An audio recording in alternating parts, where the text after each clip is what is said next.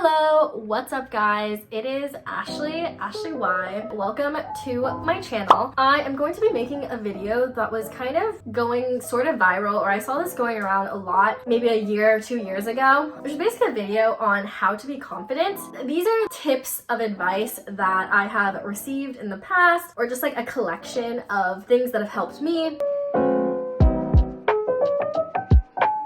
So yeah, this is a video that I wish that I had when I was younger, when I was struggling with being really insecure for a variety of different reasons. What? Everyone feels stupid. Who cares? You feel stupid? Yeah, I did. And then I just chose not to feel stupid. I don't know if I can really get to that point. 90% of life is confidence. The thing about confidence is no one knows if it's real or not.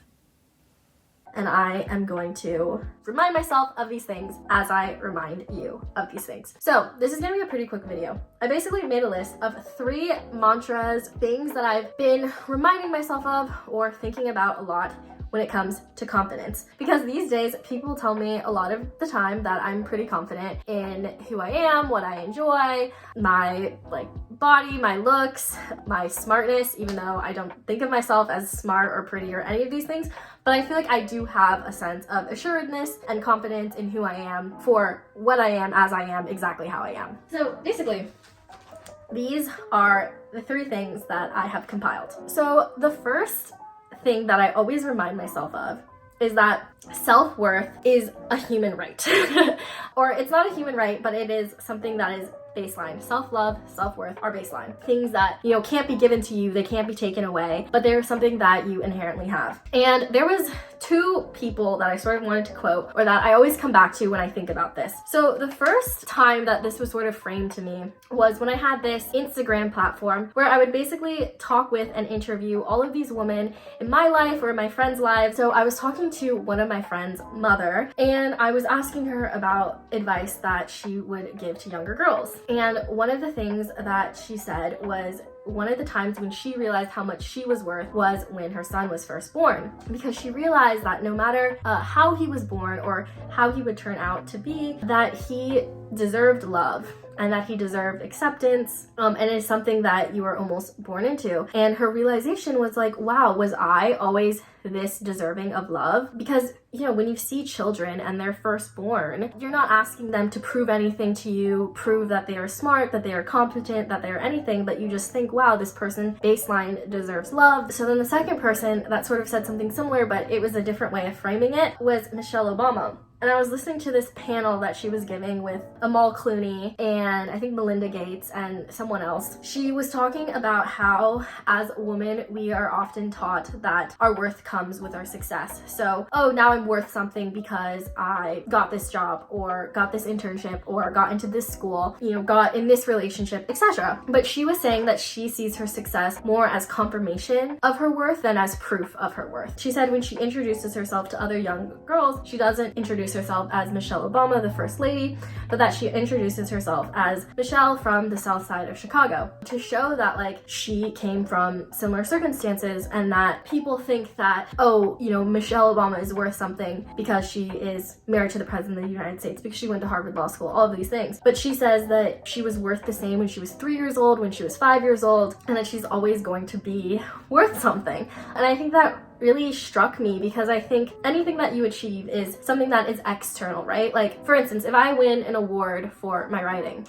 existed before the award. And there are people out there who probably could have won it, and what they have and their merit exists. It just doesn't exist in this recognizable way, but that we all have this merit and that it is not something to be taken away by someone who says something rude. So that's the first rule. The second realization that I came to in college, something that is super important to me and something that I always have to remind myself of, is college was the first time where things that I did suddenly felt cool. For instance, something like having a YouTube channel based on books that I read. Growing up, I always hid how many books I read, how much I liked to read, because it was nerdy, because it was uncool. And I feel like sometimes this notion that trying hard is embarrassing is something that I felt in high school. I was always trying hard, not just academically, but just as a person. And I just was taught to be embarrassed. But I think what what really changed this for me was not, it was accepting myself, but it also was going to an environment where I was able to value people for things that weren't necessarily conventionally cool or conventionally XYZ. Like being able to see beauty in other people in very niche things. If I'm able to see that beauty in other people will be able to see that beauty in me. You should never hide who you are or what you enjoy in order to, I don't know, maybe that's a stupid one. But yeah, just in general, like accepting who you are and not just accepting the parts of yourself that are like conventionally cool or conventionally successful, but accepting all parts of yourself and realizing that sometimes it's like those little nerdy or dorky things. Like sometimes I talk to my friends and they're like, yeah, I always have crushes on like really dorky people or like really etc. people. I agree. It's like sometimes a friend just will like say something that they're like so embarrassed by, and that will be the thing that like I cling to as like, oh, that's what makes them cool. That's what makes them special. That's what makes them unique. Okay, and then the last and the final, and I think probably the most important rule, is to talk to yourself in the third person or think of yourself in the third person. And for me, this has manifested in many different ways, but one of the huge realizations that I came to that I wasn't confident was when I take a practice test for the LSAT and I do poorly, I write on the top of it like, fuck you, you suck. That's the way that I was taught to speak to myself. And I think it was very ingrained in me. For instance, when I was a figure skater, I was so rude to myself. Even if on the outside I did good during competition, I would always be thinking about what I could do better. And it like led to this like very perfectionistic way of seeing myself, and also this idea that what led me to be successful was this negative self-talk, and that without being cruel to myself I wouldn't be successful, and that if I was ever nice to myself, it was almost like this thought that like the more I let myself get away with, the lazier I would become, the less hardworking, the less ambitious, whatever. But then I realized that like since I've shifted how I talk to myself, I have not become more lazy, less hardworking, less ambitious. I've just point blank become kinder to myself and probably happier. Also, when you're going through a hard time, for instance, I would always be so hard on myself and expect myself to pick myself right back up, believe in myself immediately, and not take time to recover. And so something that I do a lot now is I love listening to songs from like third person, someone talking about someone else.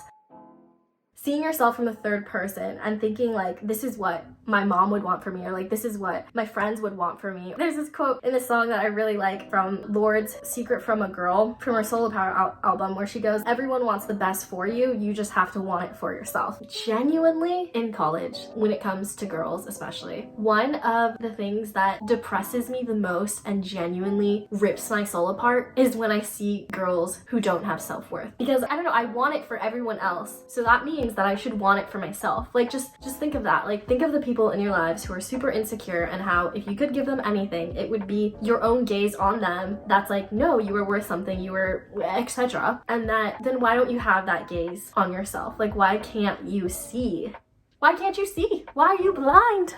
There are people in your life who care about you, who want to see you succeed, and that you do not have to be your greatest antagonist. Well, there is like accountability. Like obviously, it can't be the type of friendship where it's like, oh, your best friend cheats on someone and then you're like, yeah, like you were in the right, like fuck him. I don't think that's right. But it's like where you're like genuinely talking to yourself in the third person, where you're thinking these are the objective facts of what happened. This is a valid way to feel. So yeah, those 3 things in summary: seeing self-worth as baseline, accepting yourself for everything, not just the conventional things, and talking to yourself in the third person through a more objective and a more kind and nurturing voice. I think definitely it has helped me recognize the things in my life that are worth effort, that are worth time, and what is not, and where to focus my energies. I think these things really do help. They're things that I constantly think about and constantly remind myself. And as someone who, if you know me at all, you know that I love writing, I love reading, I love art, I love words, I love creativity. And I think that rhetoric is so important because we all have these internal monologues. Where is our rhetoric most apparent than how we talk to ourselves? If you can change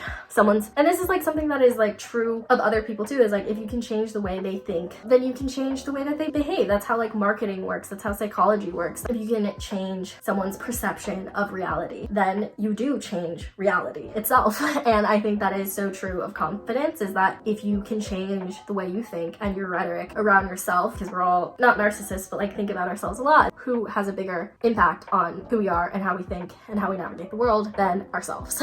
That you have more power and more autonomy over your self-confidence than you think. you benefit the most when you're confident, because when you're insecure, that is when you can be taken advantage of. That is, you know, when other people have the power to make you feel certain ways. But that when you're confident and you're assured in yourself, and if you can love and care for yourself, then I think that you will set the standards and attract the types of people who will love and care for you. I am rooting for you.